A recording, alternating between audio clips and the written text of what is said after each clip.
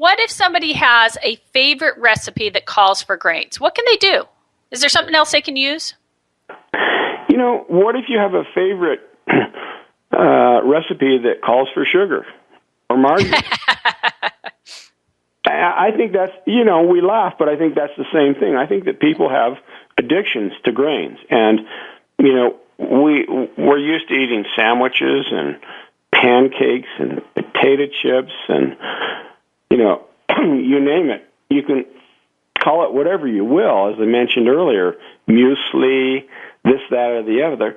But for breakfast, if you eat some sliced bananas and strawberries in a bowl, they're much more nutrient dense than is brown rice, oatmeal, and cinnamon. So the question comes up is that in the Western world, we have the ability and the choices to choose that. And so if it was just a nutrient less dense food like oatmeal or muesli or whatever you want to eat, well, okay, we're not getting as many vitamins and minerals. But the problem is that whole grains contain compounds called anti-nutrients. And not only are they less nutrient dense, but they adversely affect our health and our well-being. So if you decide to eat wheat in any form, wheat contains at least 3 compounds: gluten, wheat germ agglutinin, and thalmatin-like proteins that adversely affect intestinal function. And what they do is they tend to cause a leaky gut. Yes. Well, 10 years ago, nobody even was concerned about a leaky gut. Now we know that a leaky gut tends to promote chronic low-level inflammation. Chronic low-level inflammation is associated with all chronic disease: heart, cancer, and autoimmune disease.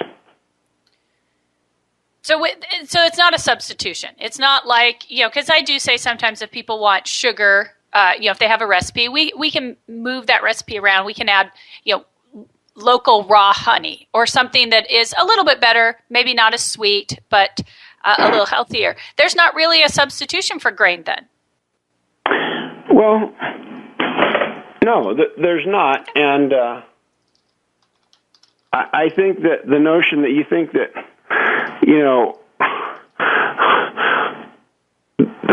that honey is a substitution for sugar is a stupid. Well, I don't want to say that.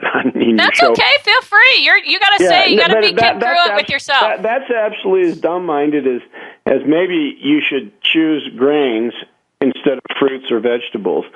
Is the notion that honey is a healthy sugar? There's no way in the world honey is a healthy sweetener. Honey.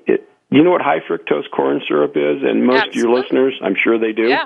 Oh, yeah. We've high had fructose corn syrup comes in 2 varieties, primarily 45-55, meaning that there is 55% fructose, 45% glucose.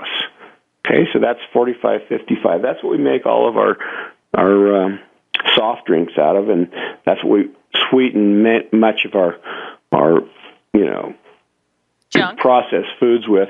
And we can take it all the way up to 95.5. So it's 95% fructose, 5% glucose. So the manufacturers of fructose make it in actually 3 different versions. The most common, as I mentioned, is 55-45. Okay, great. You sip down a soda pop, it's got 55% fructose, 45% glucose, and it's in a mixture, meaning that the two are separated. They're not bound molecularly. Well, guess what happens when you eat honey? Honey is the exact same thing as high fructose corn syrup. Honey is a mixture of fructose and glucose. And depending on where you buy it, the bees make it a little bit differently, but typically across the U.S., Europe, and around the world, it has more fructose. It's typically about 50 to 55% fructose, and the balance is glucose. And honey actually has a little bit of other sugars. It's got a tiny little bit of galactose and other things, but then sucrose. But for the most part, is that honey, you might as well be eating drinking soda pop. It's the exact same thing what it does to us metabolically. So honey is not anything that we want to eat. Now, did our Paleolithic ancestors eat it? Of course they did. They ate it whenever and wherever they could, and they ate it in its greatest quantity as they possibly could. But guess what? They couldn't eat it all year round to the tune of 150 pounds per capita because honey's only available seasonally. So they ate it whenever and wherever they could, but they certainly couldn't eat it every day in unlimited capacity like we do in the Western world. That is definitely true. Seasonal makes a big difference as well.